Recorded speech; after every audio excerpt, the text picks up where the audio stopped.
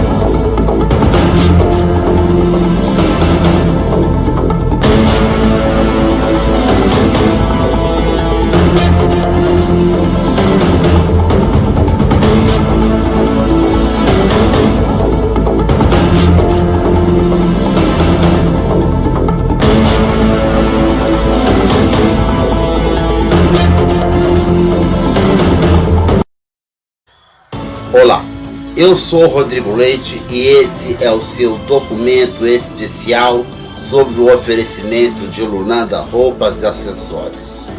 No programa de hoje vamos falar dos 60 anos do golpe militar de 1964. Apesar de ter muita gente que diz que não houve golpe, quase tivemos um golpe no ano passado, mas enfim, a lei prevaleceu, a lei estava do lado de quem governava e de quem governa, que é o presidente Luiz Inácio Lula da Silva. E se não fosse Alexandre de Moraes, teria acontecido um segundo golpe. Mas enfim, vamos falar dos 60 anos do golpe de 1964. Na época, o presidente era Jânio Quadros. Jânio Quadros se sentiu pressionado e resolveu que ele ia renunciar. Renunciou à sua presidência da República, dando a vez para o seu vice, que era João Goulart. João Goulart era um vice-presidente que passou a ser o presidente da República no ano de 1961, um ano após Jânio Quadros ter ganhado as eleições. Mas enfim, vamos falar do Jango, o famoso Jango.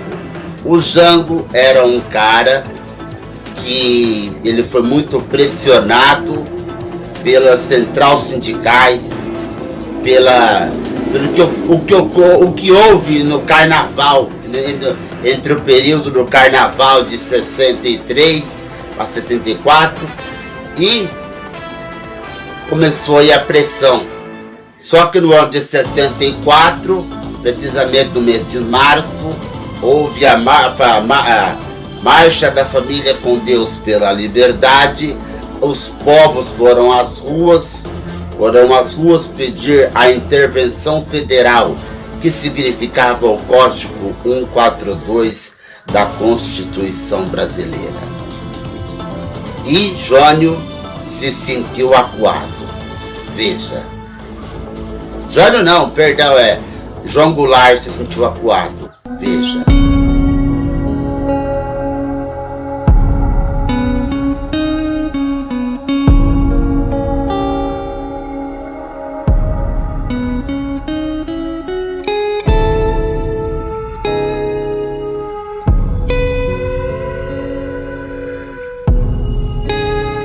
Em 9 de fevereiro de 1964, em pleno domingo de carnaval, morreu Ari Barroso, no mesmo dia em que a escola de samba Império Serrano homenageou o compositor mineiro que cantou o Brasil para o mundo.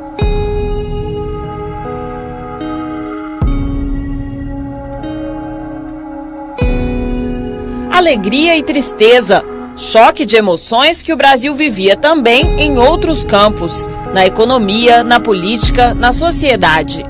O clima era completamente conturbado, porque há meses já que o Brasil estava dividido de alto a baixo. Em crise e um momento de radicalização política e ideológica muito grande, seguindo, na verdade, o que acontecia em toda a América Latina. Inflação de 75%, conflitos no campo, greves, manifestações sindicais e estudantis, luta anticomunista, calorosos debates políticos. Foram assim os 40 dias que antecederam a histórica Semana Santa de 64. Golpes não eram novidade na política brasileira. De 45 a 64 foram várias tentativas. João Goulart enfrentou resistências desde o início. Para tomar posse após a renúncia de Jânio Quadros, o vice-presidente teve que aceitar o parlamentarismo e dividir o comando com o primeiro-ministro nomeado pelo Congresso. Só após 2 anos, Jango reconquistou o poder por meio de um plebiscito em janeiro de 63. Você que está vendo que o parlamentarismo não funciona. Você que tem o direito de escolher o seu presidente e o seu governador. Compareça dia 6 de março e não. O país assistia a discursos e episódios cada vez mais extremistas. Era uma luta radicalizada dos dois lados, da esquerda e da direita, né? O governo João Goulart foi um governo muito perturbado. Não pôde administrar praticamente. Entre os militares, a gota d'água para apoiar o golpe foram revoltas nas Forças Armadas. Em setembro de 63, sargentos se rebelaram pelo direito de serem eleitos. Tomaram prédios públicos. Em Brasília, cercaram o Congresso, mas acabaram anistiados pelo presidente João Goulart. Quando ele propôs, então, a reforma nas Forças Armadas, quer dizer, dar aos sargentos o direito de voto, o direito de manifestação, coisa que os oficiais não admitiam, então, nessa hora, ele perdeu totalmente o controle. Jango pediu ao Congresso autorização para governar em estado de sítio. O estado de sítio significa a suspensão das garantias regulares, as garantias constitucionais regulares, e amplia o poder do executivo. Isso tudo ajuda a construir um caldo de cultura desfavorável à própria democracia e à ampliação da desconfiança recíproca entre esquerda e direita. Mas sem apoio, o presidente retirou o projeto e buscou o respaldo sindical e popular. No comício de 13 de março de 64, anunciou as reformas de base para 250 mil pessoas na Central do Brasil. O governo reafirma seus propósitos inabaláveis de lutar com todas as suas forças pela reforma da sociedade brasileira. Foram propostas concretas, eu diria arrojadas, no sentido de que ia na contramão do que pensava o Congresso e do que pensavam as forças reacionárias que tinham maior expressão no Brasil. Não apenas pela reforma agrária, mas pela reforma tributária, pela reforma eleitoral ampla, pelo voto do analfabeto, pela elegibilidade de todos os brasileiros. Quis fazer tudo de uma vez só. E aí se arrebentou porque a maioria do país, da classe média, das elites, o país não quis aquela modificação tão rápida, tão violenta. Pela justiça social e ao lado do povo, pelo progresso do Brasil.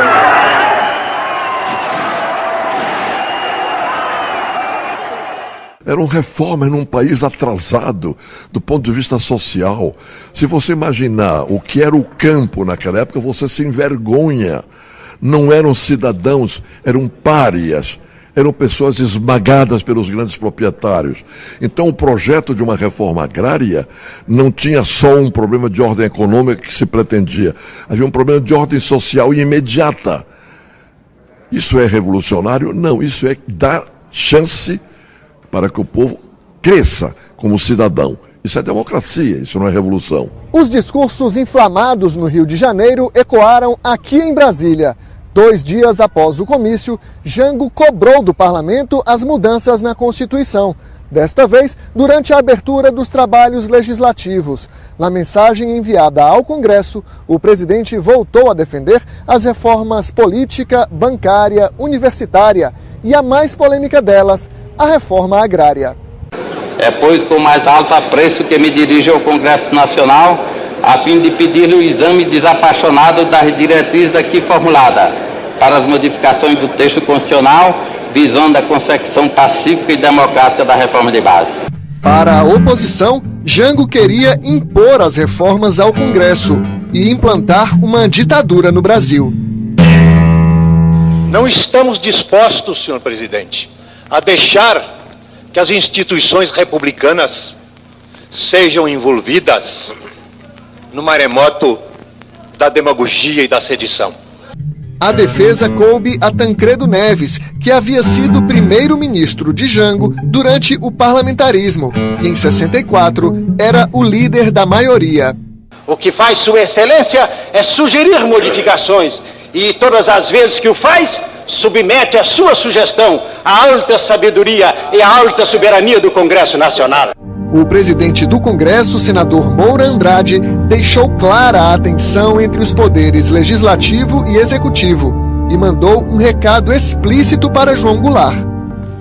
Para a desordem, para o desrespeito aos princípios mais puros e mais válidos do regime, ninguém poderá contar conosco. Estamos decididos a interromper as causas de tantas incompreensões na vida brasileira, entre elas a marcha do comunismo. 2 semanas depois, Moura Andrade divulgaria um manifesto para romper com o governo e pedir a intervenção das Forças Armadas. A oposição no Congresso era ruidosa, queria o impeachment de João Goulart. Já não resta mais dúvida alguma que chegamos à hora das definições neste país.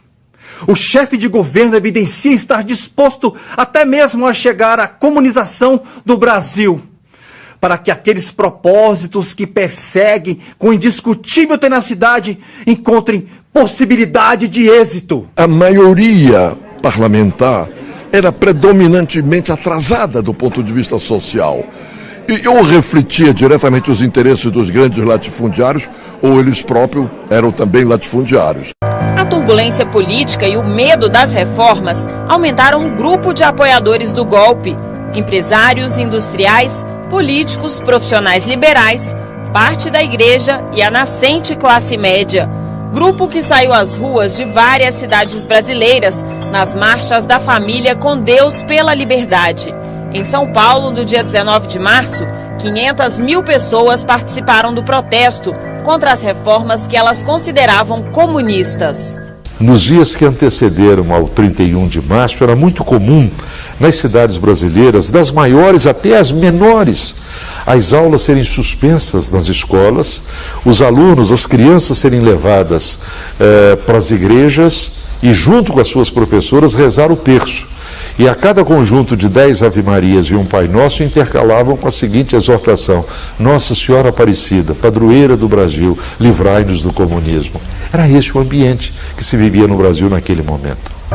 A imprensa, com exceção do jornal Última Hora, também passou a atacar o governo. A elite brasileira, que tinha o domínio do rádio, do jornal, da televisão, as grandes vozes troantes no Congresso Nacional, eram ultraconservadores. Os sindicatos trabalhistas e a União Nacional dos Estudantes defendiam o governo e as reformas.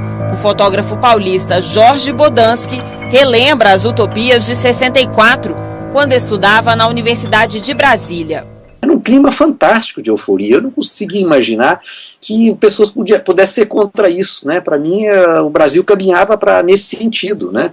Para construir uma nação livre, independente e igualitária, né? A semana do golpe começou com um quórum baixo no Congresso. De 470 parlamentares, apenas 169 estavam em Brasília. Naquele dia 30 de março, a defesa de Jango foi tímida, limitada a meia dúzia de oradores. Aqui na Câmara, o mais empenhado era Doutel de Andrade, líder do PTB, partido do presidente. A oposição, irritadíssima, furibunda, levanta aqui a inveja contra o senhor presidente da República. Faço uma advertência para que não tenham a coragem de botar a cabeça de fora, porque será decepada.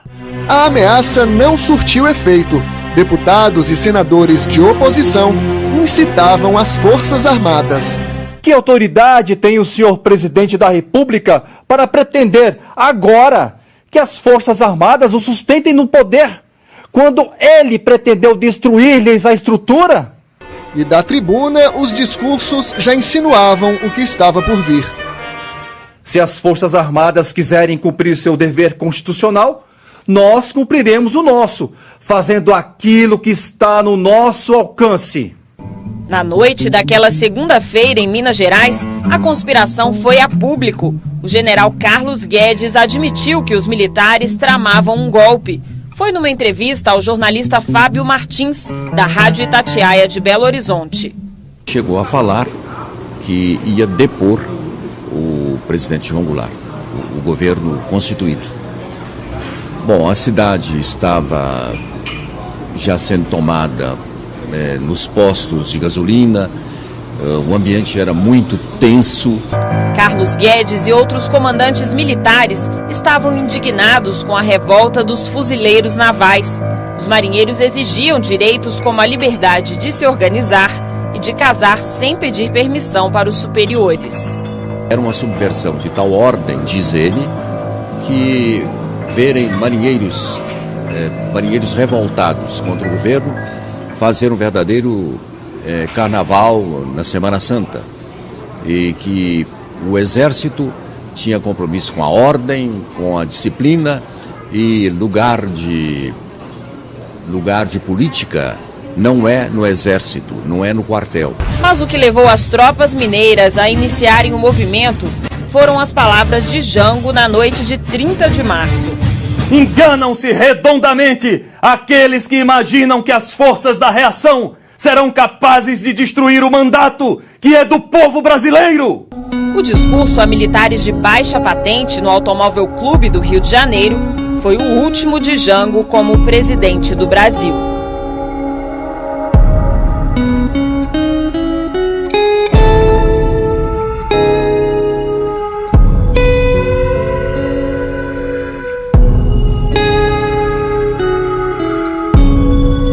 No dia 31 de março de 64, o golpe era iminente, mas ainda não tinha data marcada. Já havia a conspiração para derrubarem João Goulart, mas os revoltosos, os golpistas, ainda se achavam fracos. Uma semana antes eu tinha certeza que o golpe viria, a questão de ser amanhã ou depois.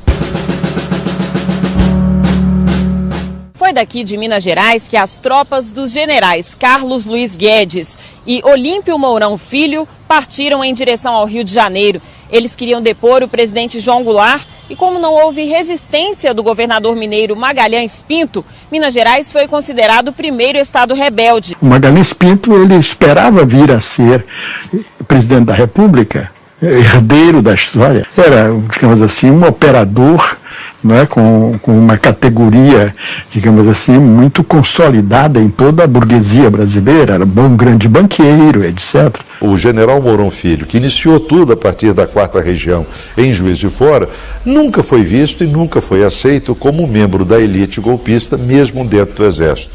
Tanto que não participou de nada depois. João Goulart estava no Rio, no Palácio das Laranjeiras. A residência do presidente na antiga capital da República foi protegida por tanques do Exército. A 1 quilômetro dali estava seu maior inimigo político. O governador Carlos Lacerda montou barricadas com caminhões de lixo no Palácio da Guanabara. O Palácio Guanabara está sendo atacado pelos comunistas na sua loucura criminosa. Esperava o ataque de tropas fiéis a Jango, comandadas pelo almirante Aragão. Almirante Aragão, assassino monstruoso, incestuoso miserável. Almirante Aragão, não te aproximes, porque eu te mato com meu revólver. Em 31 de março, a cidade do Rio estava deserta. Greve geral. Isolado, Jango buscou apoio entre os comandantes militares. Tentou prender o general Castelo Branco, chefe do Estado-Maior do Exército e um dos articuladores do golpe. Enviou tropas em direção a Minas para conter os rebeldes. Essas tropas se diluem, aderem ao Mourão e descem todos a Rio Petrópolis contra o João Goulart. O governo foi caindo, feito um castelo de cartas. O movimento das tropas mineiras não gerou reações apenas dentro do Brasil. Nos Estados Unidos, o governo iniciou a Operação Brother Sun, o deslocamento da Marinha Americana do Caribe para o litoral brasileiro. Os golpistas tinham o apoio militar e financeiro dos norte-americanos, informação negada na época e só confirmada após o fim da ditadura, em documentos e gravações liberadas pela Casa Branca. We decided on the basis of the information that come in this morning, go ahead and start a naval task force out, but with no commitment. A frota não chegaria a tempo do golpe, mas serviria para intimidar a resistência. A conversa de Lyndon Johnson com assessores traz outra revelação. O presidente americano sabia que o impeachment do colega brasileiro estava sendo articulado no Congresso. In the meantime, they have drafted an impeachment in congressional circles of Goulart. Os reis do golpe foram os americanos. Não percam tempo imaginando que foi um confronto nacional. Houve o confronto nacional.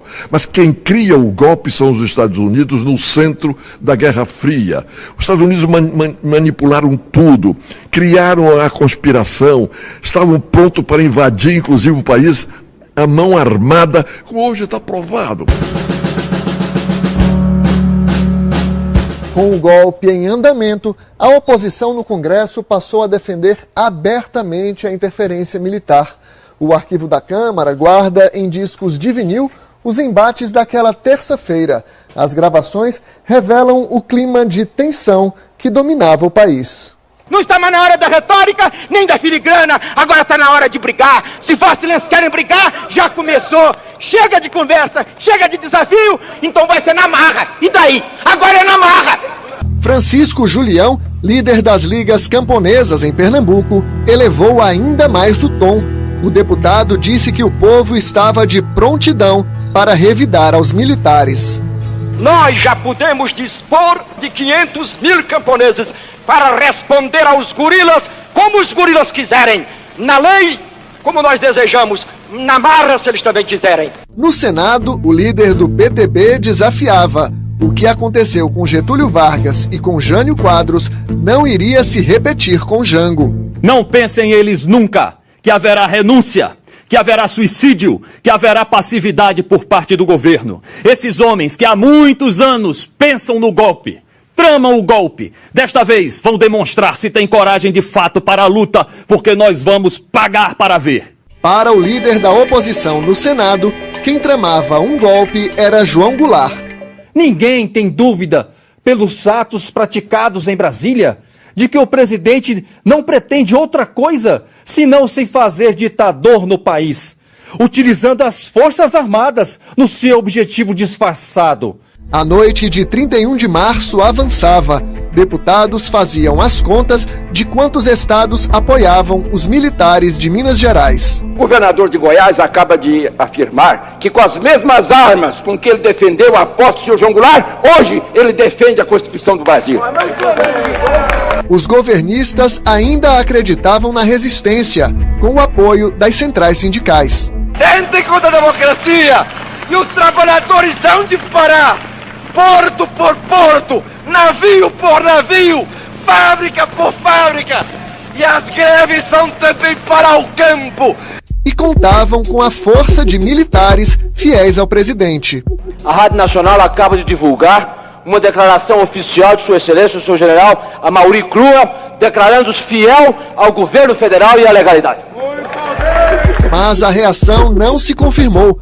Se ele, o presidente João Goulart, torna o Goulart nega, porque se ele aceitasse isso, ele seria um homem tutelado pelas Forças Armadas. Amaury Crua, que era amigo de Jango e havia sido ministro da guerra, aderiu ao golpe poucas horas depois. A oposição ironizava o isolamento dos governistas. Pediram o povo nas ruas e o povo está nas ruas. O povo sim, não o povo mastigado como chiclete na boca dos demagogos, mas o povo que sofre, o povo que é esmagado. Passava da meia-noite. Lá fora, as tropas golpistas e legalistas não trocaram um tiro. No plenário, deflagrou uma guerra retórica e o governista Doubel de Andrade calou o opositor Arnaldo Cerveira. Quero apenas lembrar a Vossa Excelência que passada meia-noite já é 1º de abril. É isso que eu ia dizer. Vossa Excelência vai passar o 1º de abril. Vossa Excelência tentaram passar o 1º de abril com uma antecipação de 24 horas. Mas o golpe não era de mentira. Brasília teve as comunicações cortadas. A capital estava sitiada. O aeroporto está fechado. As estradas que dão acesso a Belo Horizonte e Goiânia já estão tomadas por forças do Exército. Pelo país, rádios e jornais foram invadidos por militares, momentos que ficaram na memória de quem acompanhava a agitação daquela noite. Muita tristeza e apreensão. Sabia que isso aí, o futuro era Ninguém podia imaginar.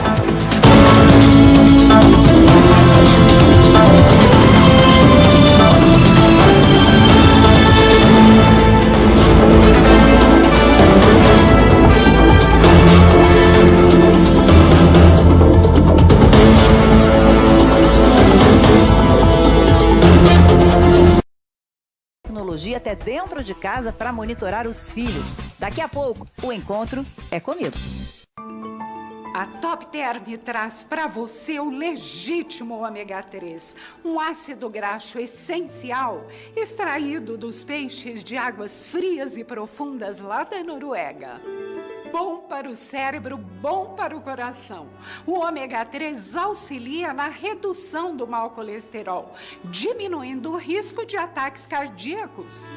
O ômega 3 associado à alimentação saudável e atividade física aumenta a expectativa de vida com muito mais saúde. Ligue 0800 770 7900. Peça 6 frascos e receba um porta-cápsulas. Peça um segundo kit, ganhe 50% de desconto. É aposentado, tem mais de 60 anos? Promoção especial para você. Ligue 0800 770 7900.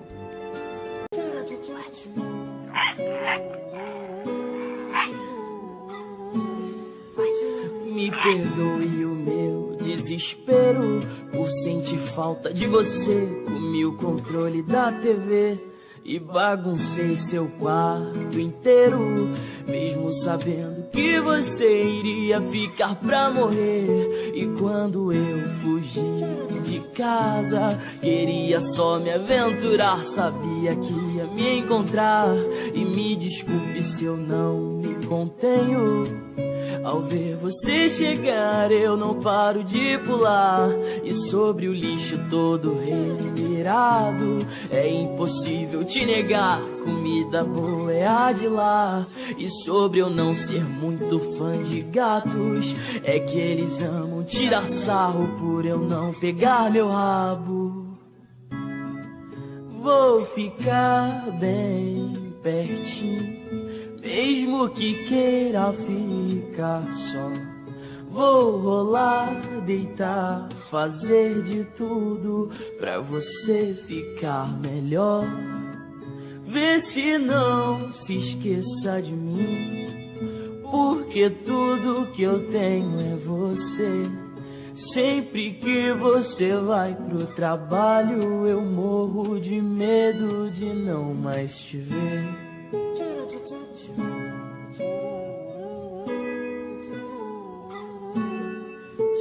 A casa ganhou um bebezinho, entendo a preocupação, prometo só ficar no chão.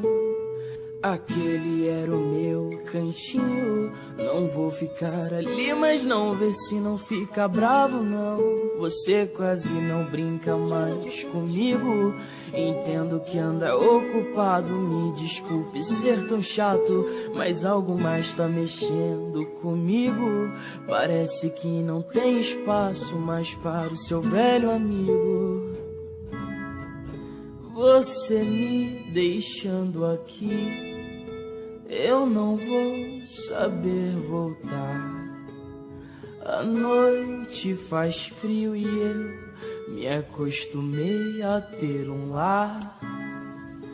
Você é minha família e agora quer me deixar. Me desculpe por comer as almofadas do sofá.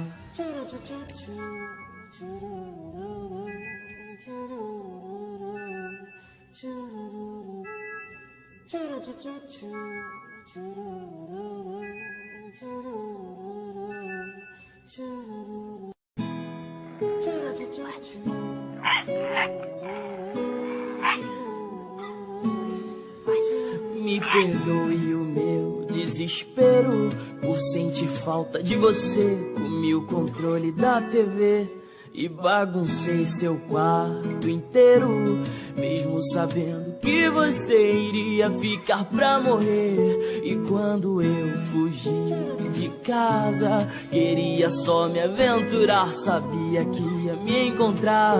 E me desculpe se eu não me contenho ao ver você chegar. Eu fui na quali? Marina, cara.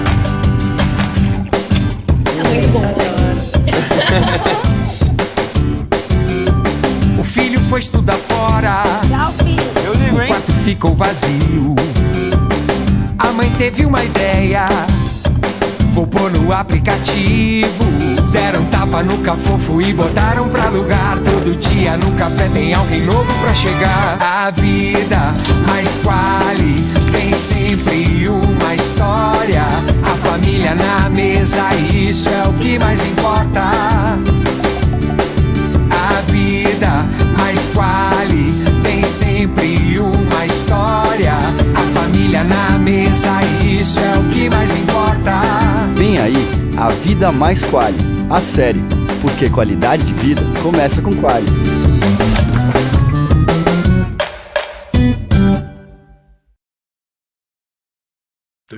Pipoca na panela, começa a arrebentar. Pipoca com sal e sede que dá. Pipoca e Guaraná, que programa legal. Só eu e você, e sem peruá, que tal? Quero ver pipoca pular. Pipoca com Guaraná. Quero ver pipoca pular. Pipoca com Guaraná. Quero ver pipoca pular, pular. Sou louca por pipoca Guaraná. Antártica, este é o sabor.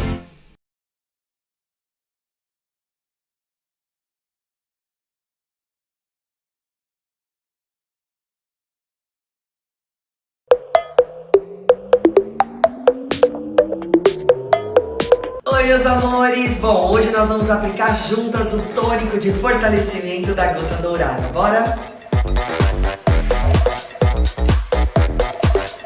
Deixe agir por no mínimo 2 horas.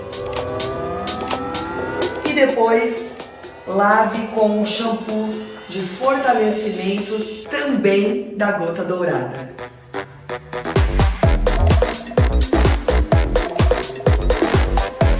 Cabelos fortes e crescimento acelerado. É Gota Dourada.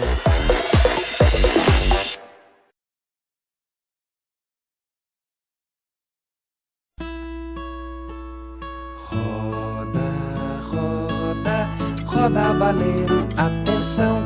Quando o baleiro parar, põe a mão. Pegue a bala mais gostosa do planeta. Não deixe que a sorte se intrometa. Bala de leite que diz a melhor bala que há.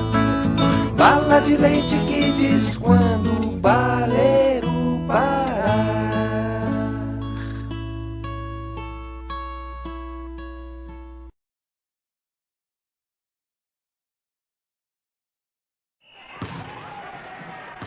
Chegou o Babalu Melancia, macio, gostoso e com recheio líquido. Olha só o que chegou. Babalu Melancia. Mais gostoso e mais sabor. Babalu Melancia. E que recheio e que sabor. Babalu Melancia. E olha só o que chegou. Babalu Melancia. Tá com tudo e tem sabor. Babalu Melancia. O chiclete cheio de sabor.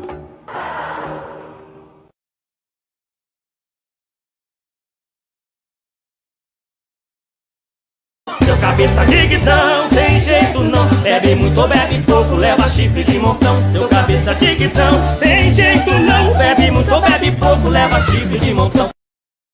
Seu cabeça de guidão, tem jeito não. Bebe muito ou bebe pouco, leva chifre de montão. Seu cabeça de guidão, tem jeito não. Bebe muito ou bebe pouco, leva chifre de montão. Seu cabeça de guidão, tem jeito não. Bebe muito ou bebe pouco, leva chifre de montão. Seu cabeça de guidão, tem jeito não. Bebe muito ou bebe pouco, leva chifre de montão. Amigos da TV Rodrigo Leite de Produções, uma vez por semana você acompanha o Jornal 190 Urgente. Isso mesmo, um jornal policial que vem com a proposta de mostrar a notícia na hora certa. 190 Urgente, com Rodrigo Leite, todas as semanas aqui na TV Rodrigo Leite de Produções.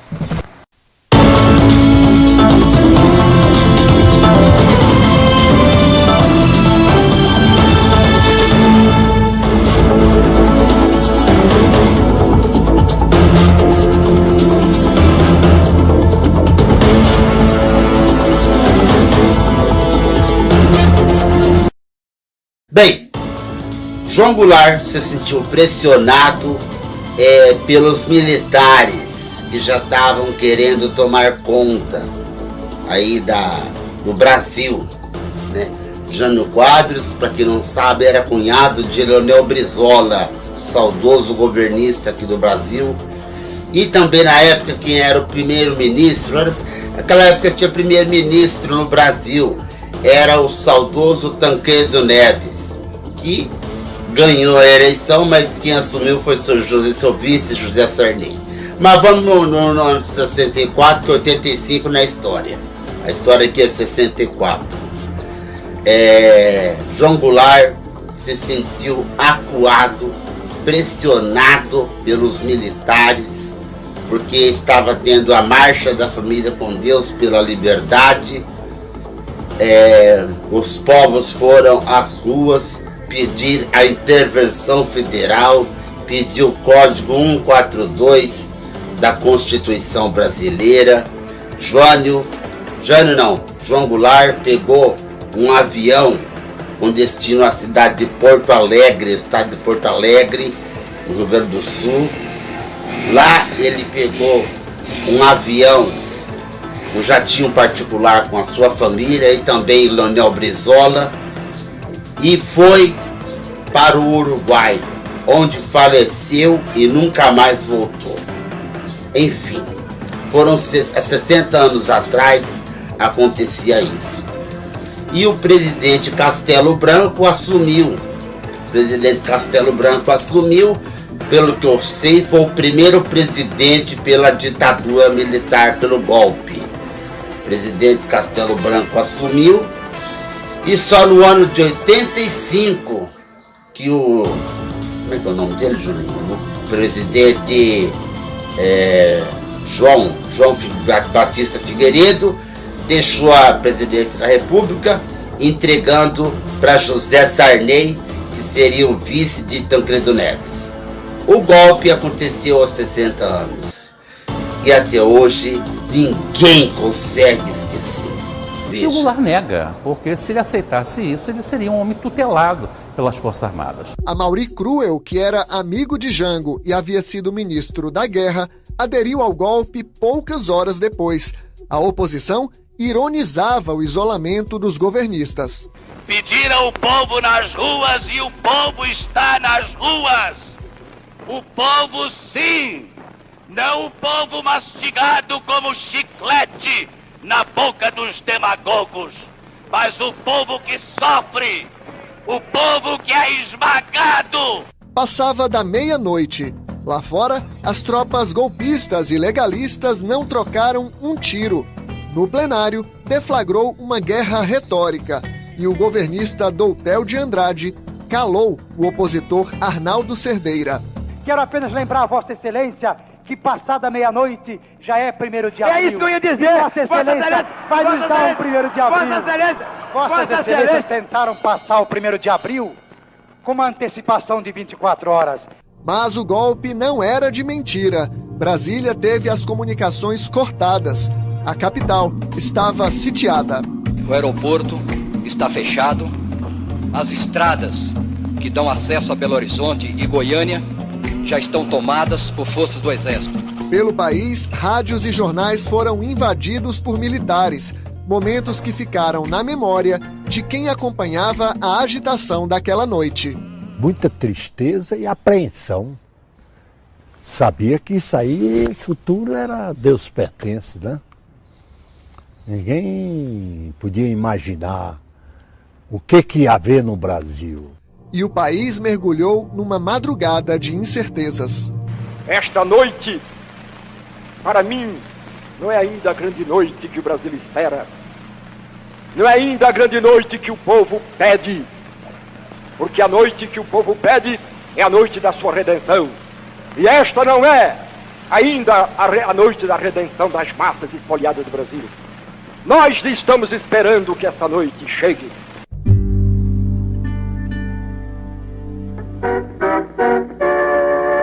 O segundo exército manter-se-á fiel à Constituição e tudo fará no sentido da manutenção dos poderes constituídos, da ordem e da tranquilidade.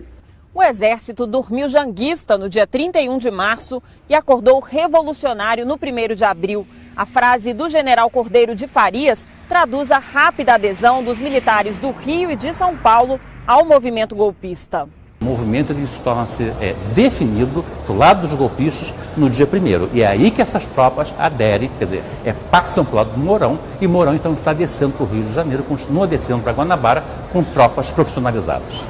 Sem condições de reagir no Rio de Janeiro, o presidente João Goulart embarcou para Brasília ao meio-dia. Na capital federal, movimento intenso no Congresso. Brasília. Em manifesto à nação, o presidente do Congresso Nacional conclama o povo a reunir-se em torno das Forças Armadas no respeito à Constituição.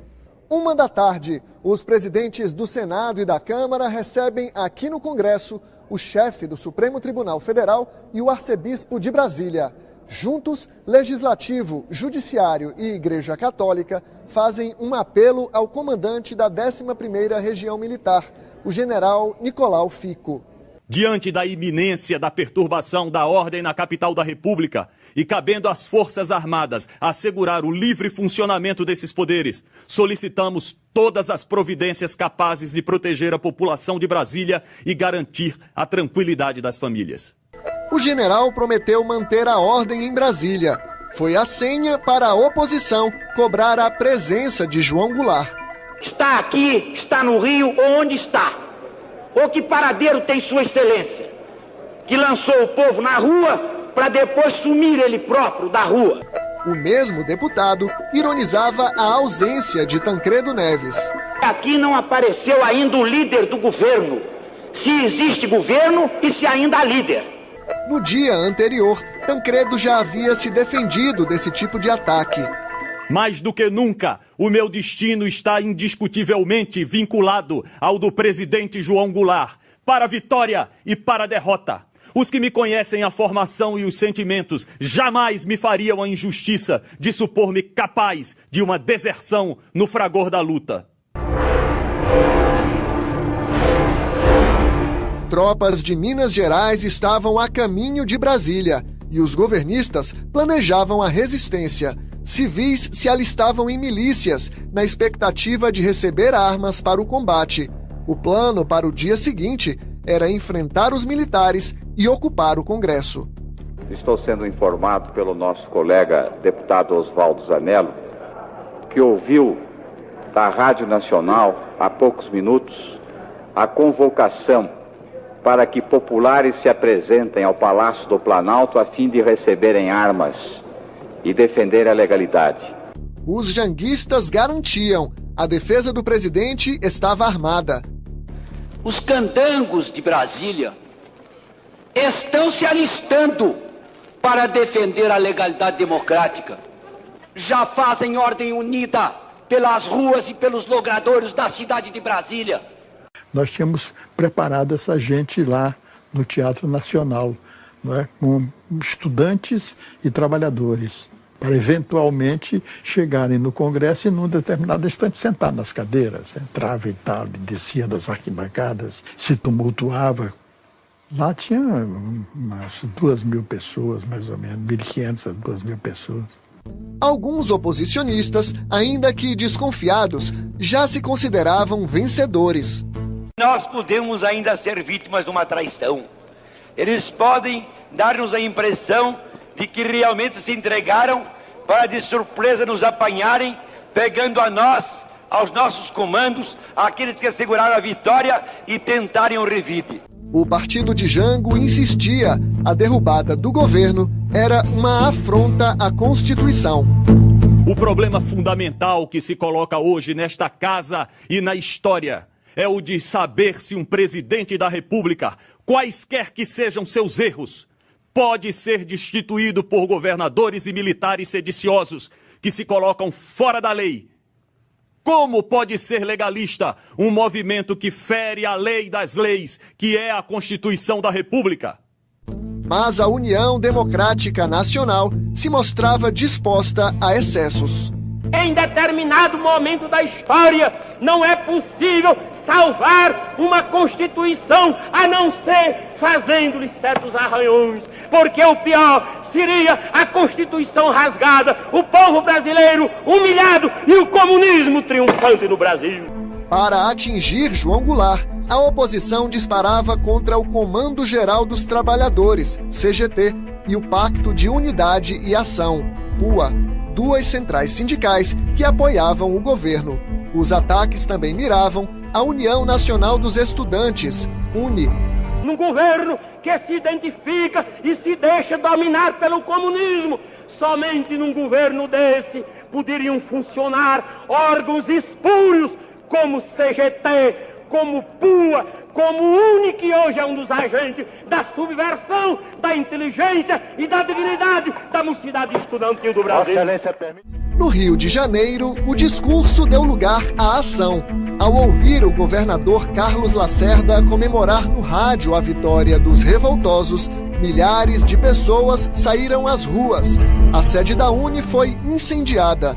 O jornalista Tarcísio Holanda, que era repórter político do Jornal do Brasil, estava lá.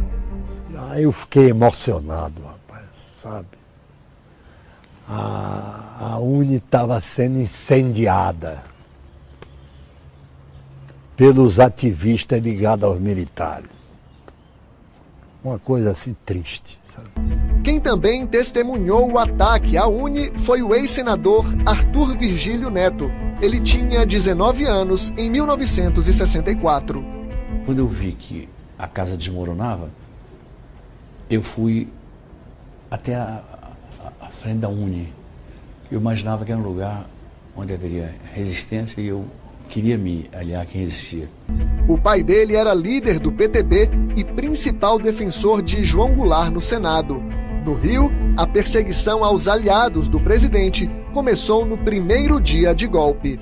Minha casa foi invadida pela polícia política do então estado da Guanabara. Tivemos que cantar um hino nacional para provarmos que não éramos uma família de comunistas. A sede do jornal Última Hora, favorável a Jango, também foi invadida. No Repórter Esso, noticiário veiculado na Rádio Nacional, este trecho do programa gravado no dia 1º não foi ao ar. Rio. A Presidência da República distribuiu nota historiando os acontecimentos que tiveram início no estado de Minas Gerais. Finaliza a nota informando que espera o governo federal comunicar oficialmente, dentro em pouco, o restabelecimento total da ordem no estado. As notícias veiculadas relatavam um país sem comando, tomado por greves e paralisações. Rio. A Guanabara amanheceu hoje sob os efeitos de uma greve geral. Estão paralisados os trens da Central do Brasil e da Leopoldina. Também estão paralisados os serviços de barcas e lanchas entre o Rio e Niterói, os transportes coletivos, o porto, as empresas aéreas e outras atividades. A Rádio Nacional e a Mairink Veiga, ligada a Leonel Brizola, foram tiradas do ar às 2 da tarde. Do lado da resistência, tropas janguistas também tentaram impedir a circulação de jornais. O Globo, que apoiou o golpe, não saiu no dia 1º de abril. Entra na redação do Globo o almirante Aragão. O almirante Aragão era o almirante do povo. E dizendo, não pode circular porque está havendo um golpe contra o João Goulart. E nós estamos aqui para defendê-lo. Um discurso do deputado federal Rubens Paiva, do PTB de São Paulo, chamou o povo a resistir ao golpe. De um lado, a maioria do povo brasileiro, desejando as reformas e desejando que a riqueza se distribua, ao lado da legalidade do presidente João Goulart. Os outros são os golpistas que devem ser repelidos. E desta vez, definitivamente, para que o nosso país veja realmente o momento da sua libertação raiado. As tropas prenderam líderes políticos ligados a Goulart, como o governador de Pernambuco, Miguel Arraes, e sindicalistas do Comando Geral dos Trabalhadores. Choques entre o exército e manifestantes pró-Jango deixaram 2 mortos no Rio e 2 no Recife. Pernambuco, São Paulo, Minas estavam tomados pelos militares. Brasília também.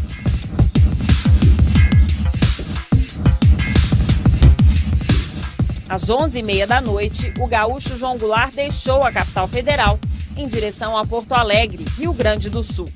O presidente João Goulart, na reta final, tinha contra ele os 4 comandos militares do país.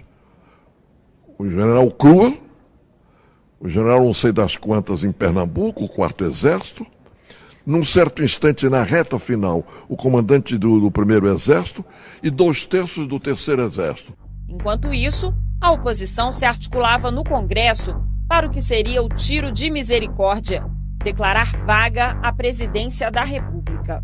E Deus queira que nesta sessão extraordinária aqui estejamos para reconduzir o Poder Executivo àquilo que a Constituição determina, quer dizer, decretando o impedimento de quem moralmente está impedido há muito tempo de governar este país. –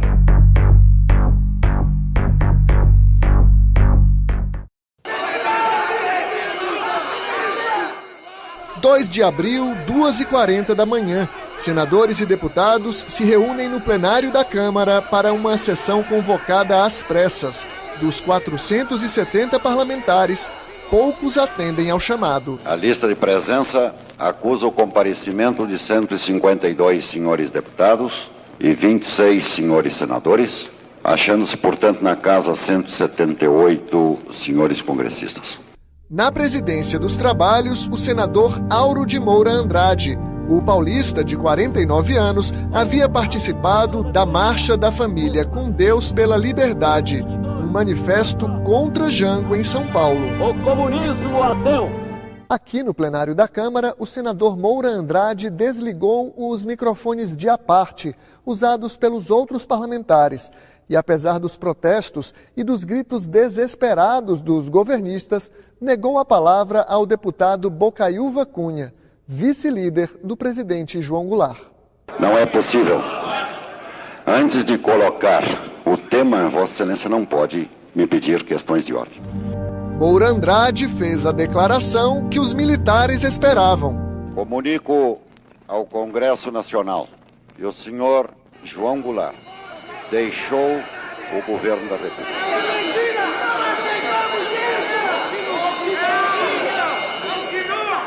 Em determinado instante, o deputado Totel de Andrade, era o líder do governo na Câmara, entra no Palácio do Planalto, vão declarar que o presidente da República saiu do país. Aí voltei na mesa, né? E aí faço a comunicação. O presidente da República se afastou de Brasília em direção ao Rio Grande do Sul e disse a Daci, assina aqui. Eu sou consultor-geral da República, não posso assinar esse negócio. Você que tem que assinar como ministro da Casa Civil. Darcy Ribeiro mandou um ofício ao presidente do Congresso. O senhor presidente da República incumbiu-me de comunicar a Vossa Excelência que, em virtude dos acontecimentos nacionais das últimas horas, decidiu viajar para o Rio Grande do Sul.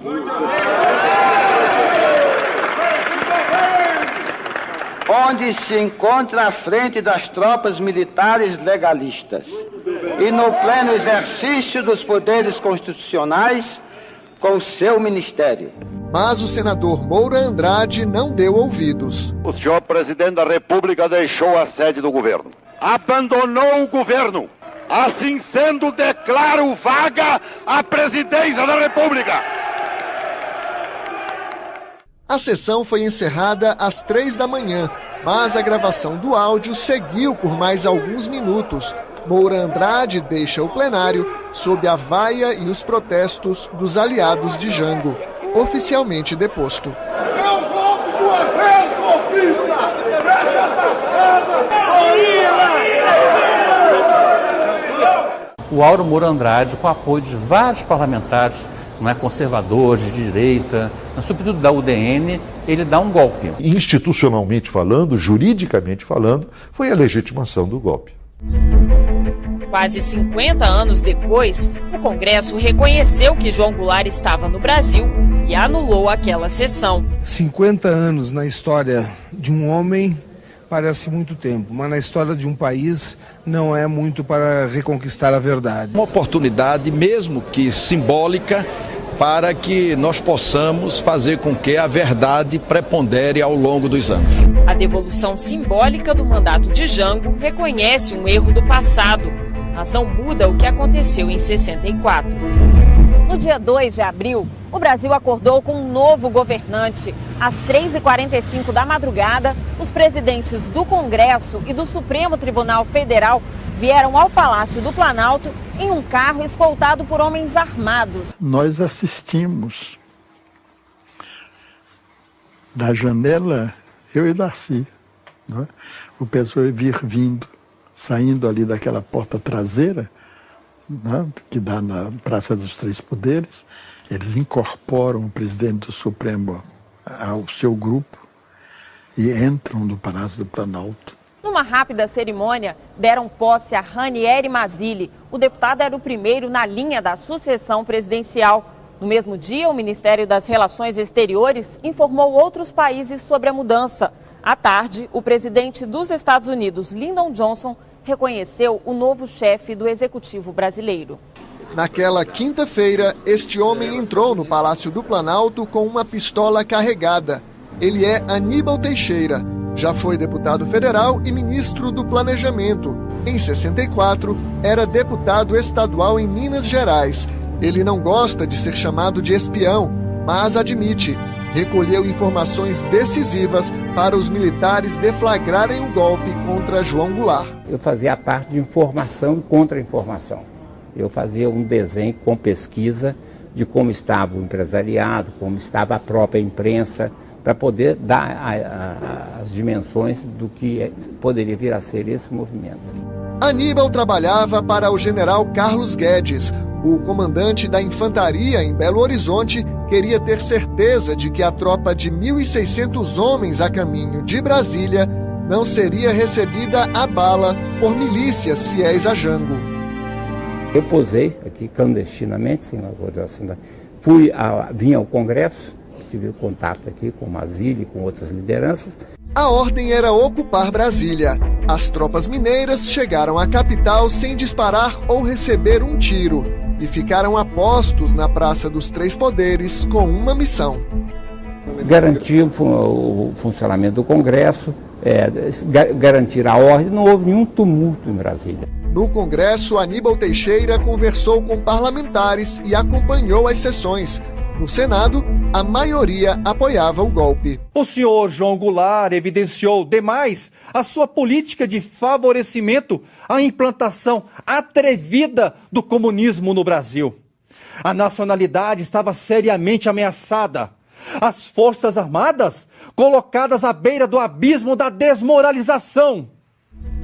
O senador Arthur Virgílio, líder do PTB, condenou a manobra que derrubou o presidente. Estou solidário com o senhor João Belchior Marques Goulart. Solidário ontem, solidário hoje. Estive ao lado de Sua Excelência até os últimos minutos, enquanto ele se encontrou em Brasília. Fui levá-lo ao aeroporto. Mais do que nunca, estarei nesta tribuna enquanto puder falar. Na Câmara, deputados não escondiam a ligação com líderes militares do golpe. Acabo de ter comunicação telefônica com o senhor general Humberto Castelo Branco, que me avisou que no momento todo o movimento do Rio Grande do Sul foi acabado.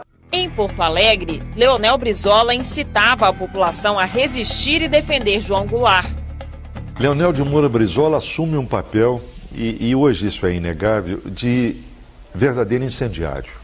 Desde 63, Brizola convocava a população a integrar grupos de 11 pessoas como um time de futebol, armados para defender o governo de Jango e as reformas. O Grupo dos 11 serviu muito mais como pretexto para os grupos conservadores alardearem o perigo de uma guerra revolucionária do que propriamente esses grupos terem força para fazerem isso. Sem apoio popular e com a ameaça de militares vindos do interior, João Goulart recusou os planos de resistência do cunhado e voou para uma fazenda no município gaúcho de São Borja.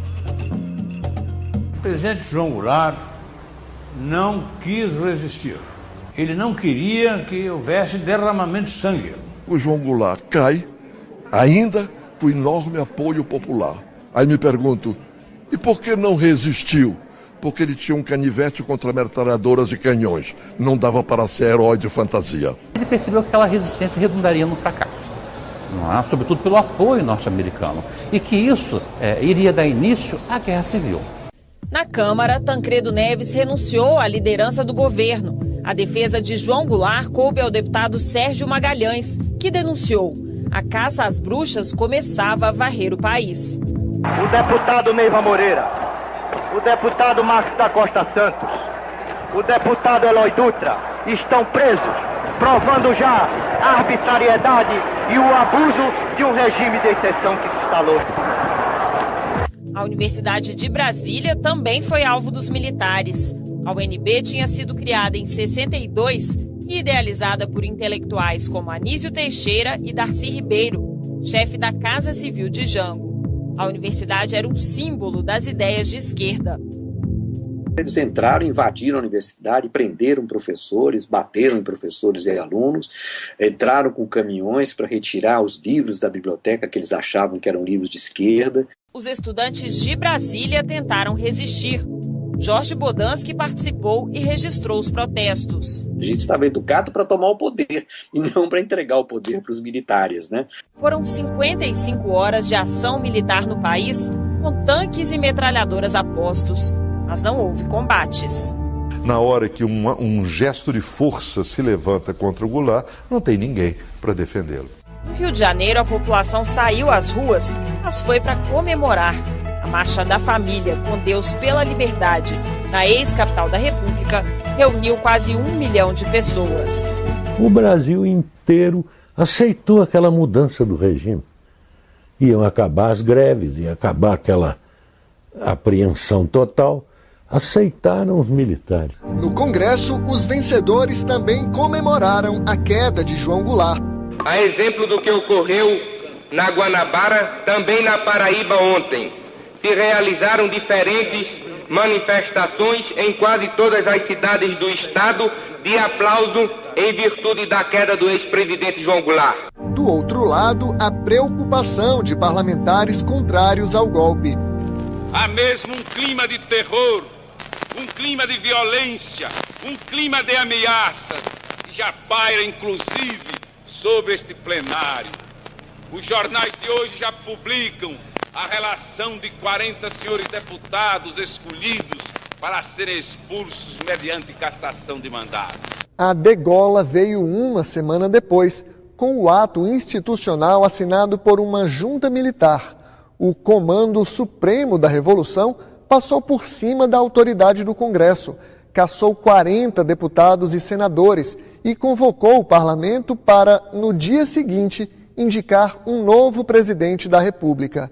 Na eleição indireta, venceu Humberto de Alencar Castelo Branco, um dos líderes do golpe, e o destino de 79 milhões de brasileiros ficou na mão de um general eleito por 361 pessoas. Caminharemos para a frente com a segurança de que o remédio para os malefícios da extrema esquerda não será o nascimento de uma direita reacionária. Quando Castelo Branco tomou posse, o presidente deposto já tinha se exilado com a família no Uruguai. Lá, João Goulart recebeu a notícia da cassação de seus direitos políticos no primeiro ato institucional. Hoje, acho que os grandes defeitos da democracia brasileira, muitos deles foram gerados naquele período em que o Brasil ficou sem os seus líderes. Foi uma tragédia que realmente cavou um fosso profundo na nossa história e impediu brutalmente um processo de transformações que estava sendo gerado. Jango morreu no exílio sem nunca regressar ao Brasil.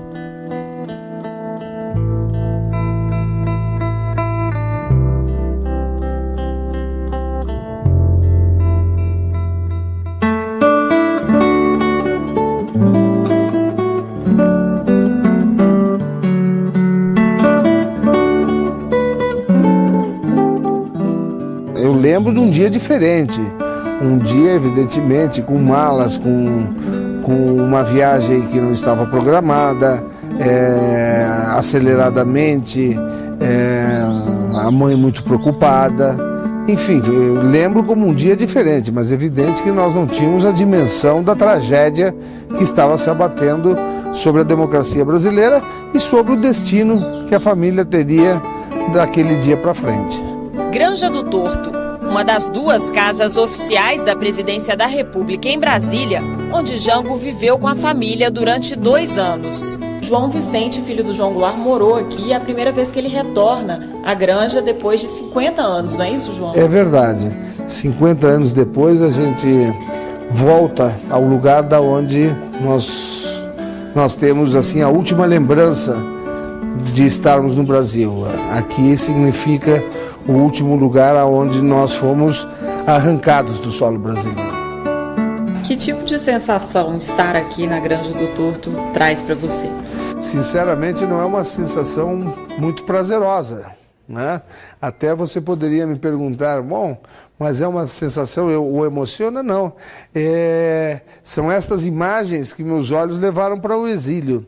São estas imagens que nós lá, como aves peregrinas, né, do exílio, lembrávamos durante 12 anos que ficamos lá ao lado de nosso pai, que ele não pôde voltar. Então, é um momento de reflexão, não um momento de emoção. Na semana do golpe, seu pai estava no Rio de Janeiro, no Palácio das Laranjeiras. Vocês estavam aqui na casa? Nós estávamos aqui, nós saímos inclusive primeiro daqui para Porto Alegre, num aviãozinho pequeno. Aqui existia uma pista de aviação e nós saímos primeiro porque foi instruções dele, nós íamos para Porto Alegre porque ele estava vindo do Palácio de Laranjeiras para cá.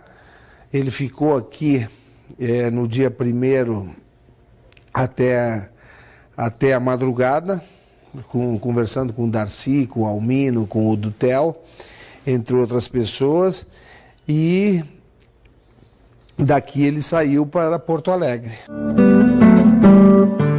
João Vicente busca na memória a casa do menino de 4 anos. A sala é a mesma, aqui existia um escritório grande daquele lado ali, mas o resto é igual do que daqueles anos. Eu acho que mudou muito pouco. À disposição dos quartos. O quarto lá do fundo era do pai. A gente ficava mais nesses quartos por aqui. Esses pequenos aqui era que a gente dormia e já saía direto para a piscina. E as passagens da infância na presença do pai. Sentado aqui, eu tomando banho ali dentro d'água. É essa foto aqui? É essa foto aí, não tá aí a foto. Esse aqui é o Mané Colhens, que era o piloto dele, piloto particular, o piloto do Cessna. Aqui atrás, onde estão esses coqueiros que estacionavam um aviãozinho monomotor Cessna de 4 lugares, que a gente decolava para ir pescar. Na granja, próximos à natureza e em contato com os animais, moraram Lula, Figueiredo e Jango, 2 presidentes civis e um militar. Em comum, o gosto pelo campo. Meu pai é de origem rural, a gente sempre ficou em fazendas, ele se criou no campo. Então acho que quando teve de assumir a presidência da República, ele achava que o Palácio da Alvorada era muito vazado, muito aberto. E aqui era mais as pessoas amigas, ligadas à família. Era uma reunião mais de família do que reuniões políticas. Sem querer, João Vicente foi personagem de uma reunião entre Jango e os militares. Uma reunião tensa, politicamente tensa, falando sobre as questões que infligiam o momento político, e que eu teria entrado nesse momento e reclamado em voz alta, muito alta, disse, pai, o cozinheiro não quer me dar um pastel. Então que houve uma descontração nesse momento, e que esse momento poderia até ter retardado o golpe militar. Mas são histórias que a gente escuta, passa, e que a gente tem que recordar esses momentos com a memória de uma criança. 50 anos depois, João Vicente vai além das lembranças pessoais. Dedica a vida a reescrever a história brasileira. e a refazer a imagem de João Goulart. Apesar de ter sido o governo mais curto da história desse país, 50 anos depois nós continuamos a falar de Jango, de seu ato de desprendimento, de não resistir ao poder que lhe foi conferido pelo povo em nome de impedir uma guerra civil brasileira. Isso, sem dúvida, são atitudes estadistas. Brasília, dia 8 de janeiro de 2023. Apoiadores de Jair Bolsonaro que invadiram o Congresso cantam um hino evangélico no plenário do Senado.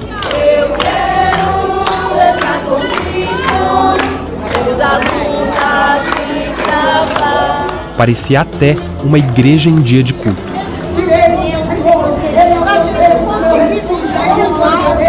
Vídeos como esses me fizeram questionar como a religião foi usada no movimento que tomou de assalto as sedes dos três poderes.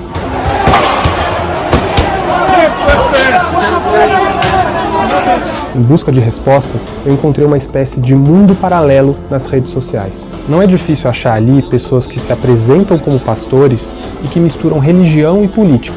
Então eu quero que você deixe o seu like para que você receba o recado de Deus que eu tenho para você que mora num país chamado Brasil. Mas o que chamou minha atenção foi um grupo de pregadores que na maioria das vezes nem sequer tinha templo físico e usava as redes sociais para alcançar milhões, pregando uma guerra santa contra adversários políticos. Então somente marchem! Marchem, marchem, marchem! Durante seu governo, Bolsonaro se aproximou bastante de líderes evangélicos influentes. Mas depois que ele perdeu a eleição, esse universo começou a apresentar fissuras. Enquanto alguns pastores de grandes igrejas disseram que torciam pelo sucesso do Lula, uma parte das lideranças evangélicas não quis recuar e engrossou o movimento que contestava o resultado da eleição.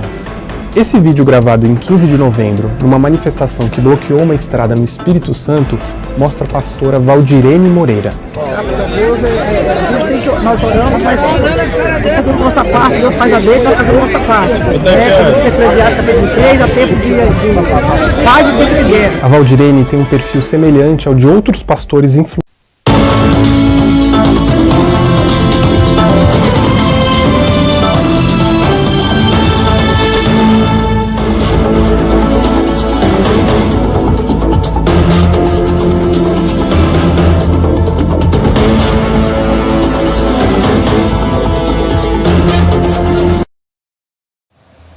Toda segunda-feira você acompanha aqui na TV Rodrigo Leite de Produções o Aqui Agora. Isso mesmo, um jornal vibrante que mostra na TV a vida como ela é. Toda segunda, aqui na TV Rodrigo Leite de Produções.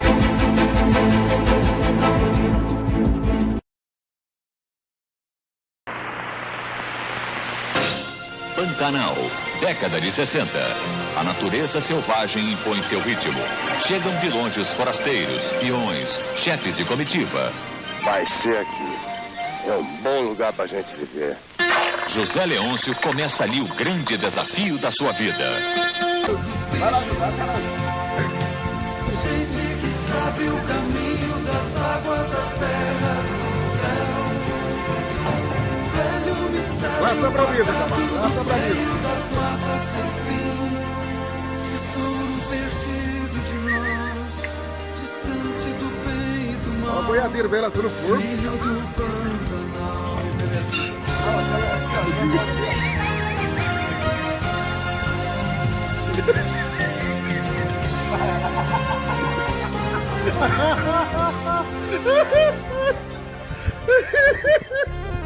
Ai, caralho. O boiadeiro velho, pai. Do Pantanal lá do... Vai lá ajudar, caralho. É fraquejado, é? Pantanal, uma história de amor no coração do Brasil. Estreia nesta terça, 9h30 da noite. Como assim? Eu estou vivo igual o senhor? O senhor foi...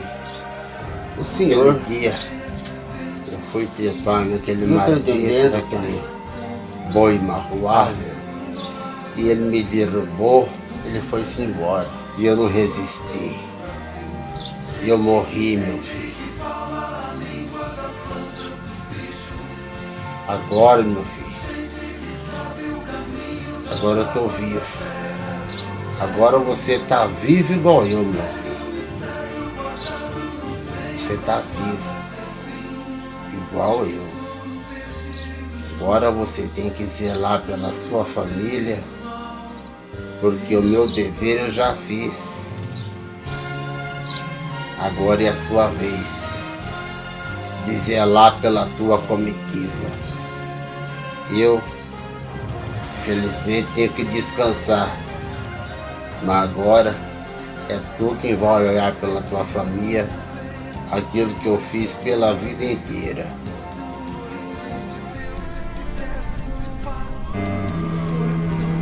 É, meu pai, o senhor tem razão. Agora eu tenho que zelar pela nossa família, pela minha família, pelos meus filhos, pelo meu neto e pela Filó. Vai fraquejar agora? Pantanal, uma história de amor no coração do Brasil. Estreia nesta terça, 9h30 da noite. Toda quinta você acompanha na TV Rodrigo Leite de Produções o programa jornalístico Repórter Cidade. Isso mesmo, um programa que vem com a proposta de mostrar a notícia do Aquindoê. Todas as quintas-feiras, Repórter Cidade, aqui na TV Rodrigo Leite de Produções.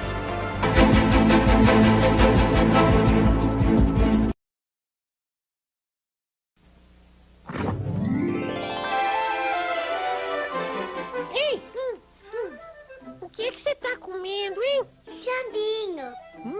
Gostoso, né? Demais. Dá um pouquinho pra mim? Tô de mal.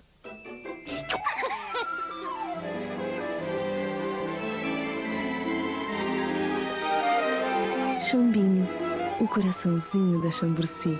Gostoso demais. Meu coração, não sei porquê, bate feliz quando te vê. E os meus olhos ficam sorrindo e pelas ruas vão te seguindo.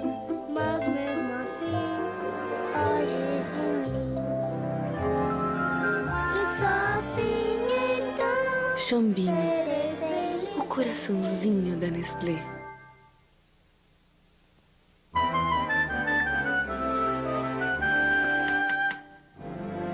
Meu coração, não sei porquê, Bate feliz quando te vê. Vem matar essa paixão. que me devora o coração. Só assim então. Serei feliz. Tudo bem, filha? Tudo. Chambinho, o queijinho do coração.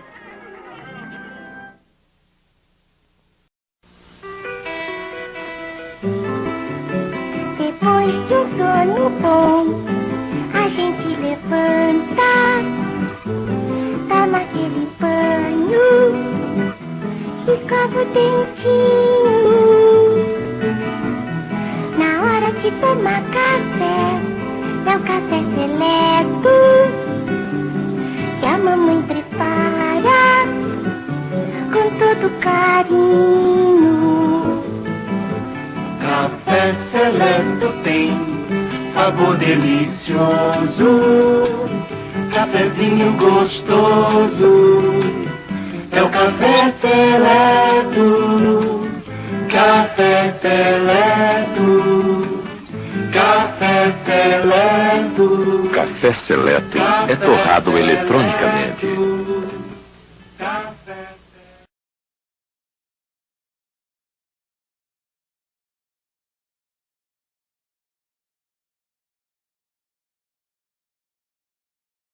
Alô, meus amigos do Telejornal Aqui Agora News, estamos aqui direto do Bazar do Noda. Estou mostrando aqui esmaltes, as mercadorias que o Hildo e a Letícia vendem no Bazar do Noda.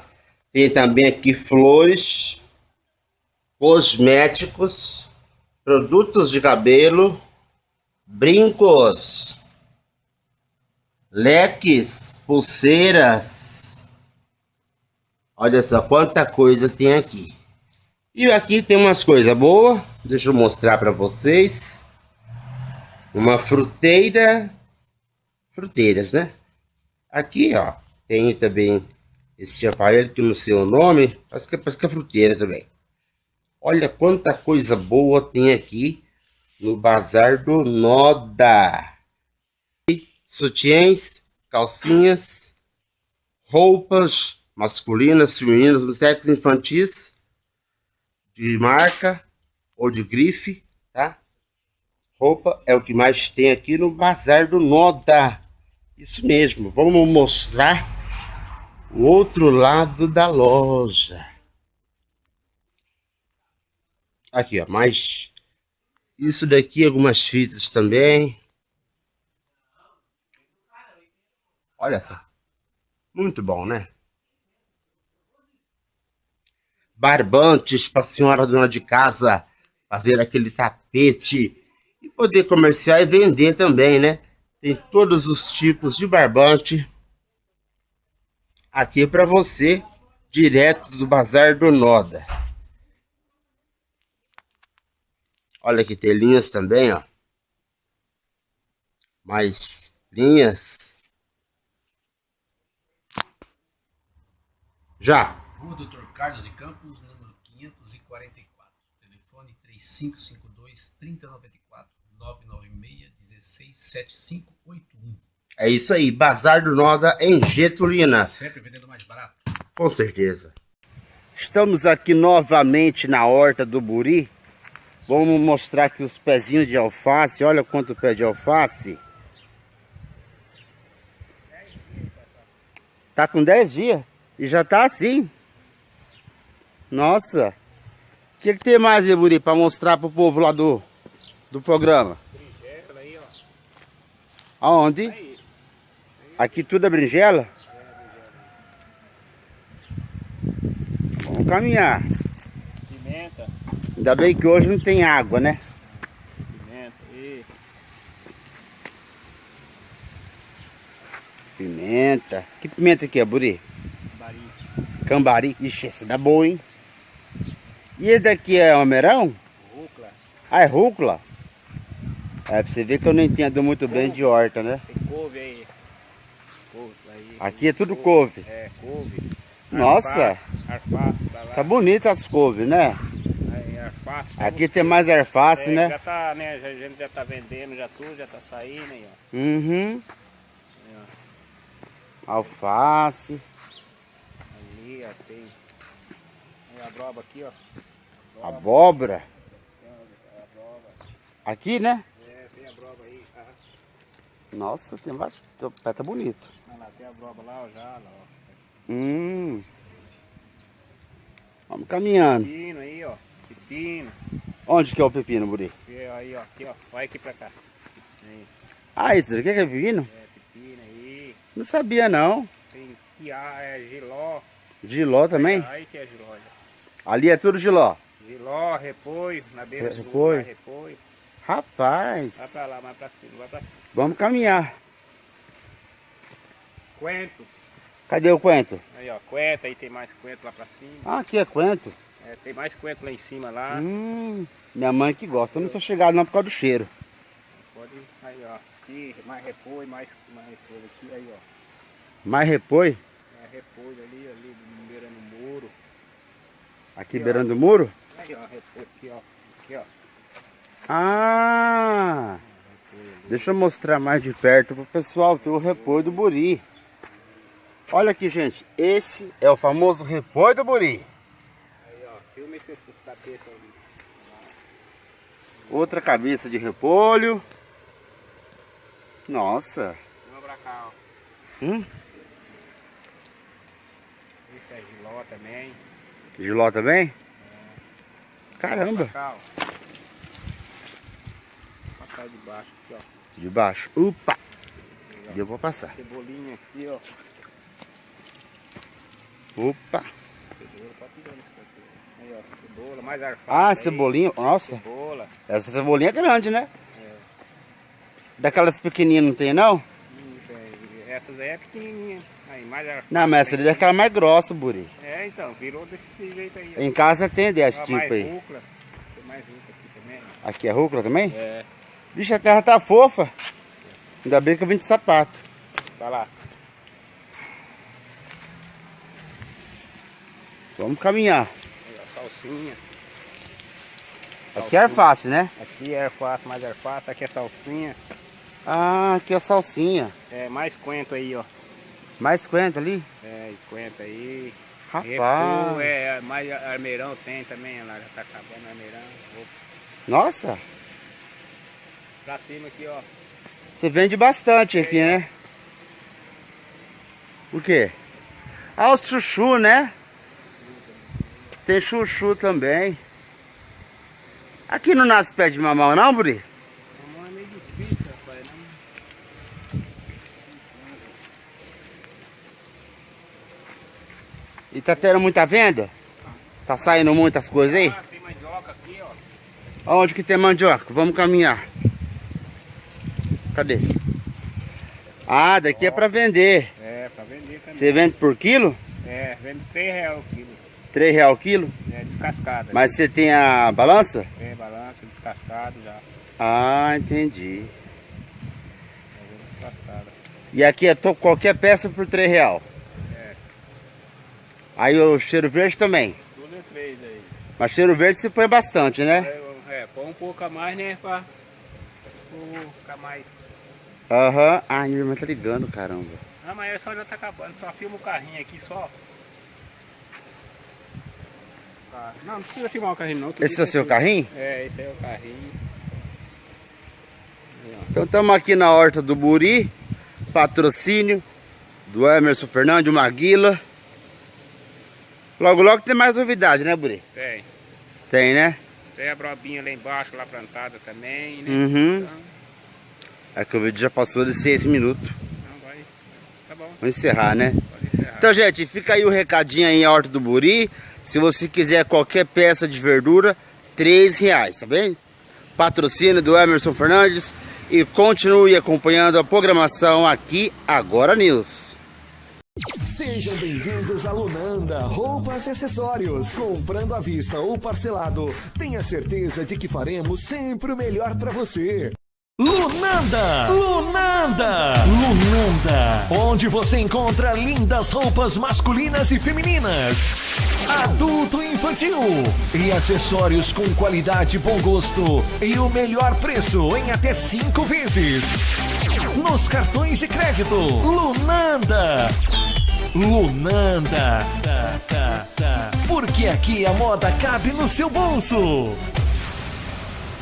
Lunanda! Lunanda! Lunanda! Onde você encontra lindas roupas masculinas e femininas, adulto e infantil, e acessórios com qualidade e bom gosto, e o melhor preço em até 5 vezes. Nos cartões de crédito, Lunanda! Lunanda! Porque aqui a moda cabe no seu bolso. Lunanda! Lunanda! Lunanda! Onde você encontra lindas roupas masculinas e femininas, adulto e infantil, e acessórios com qualidade e bom gosto, e o melhor preço em até 5 vezes. Nos cartões de crédito, Lunanda! Lunanda! Porque aqui a moda cabe no seu bolso.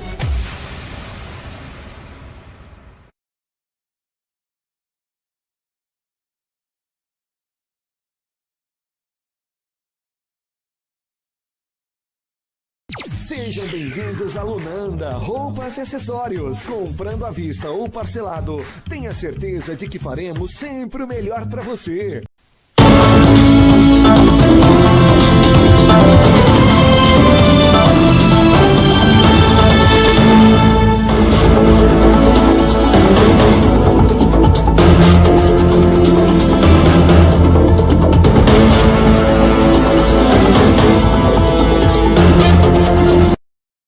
Esse foi o seu documento especial de hoje.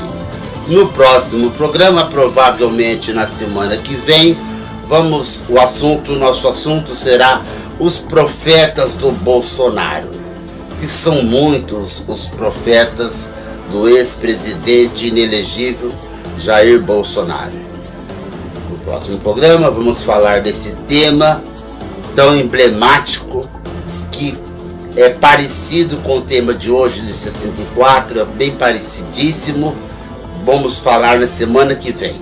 Por hoje é só. Desejo a vocês uma boa semana. Se cuidem e até o próximo programa. Eu espero você.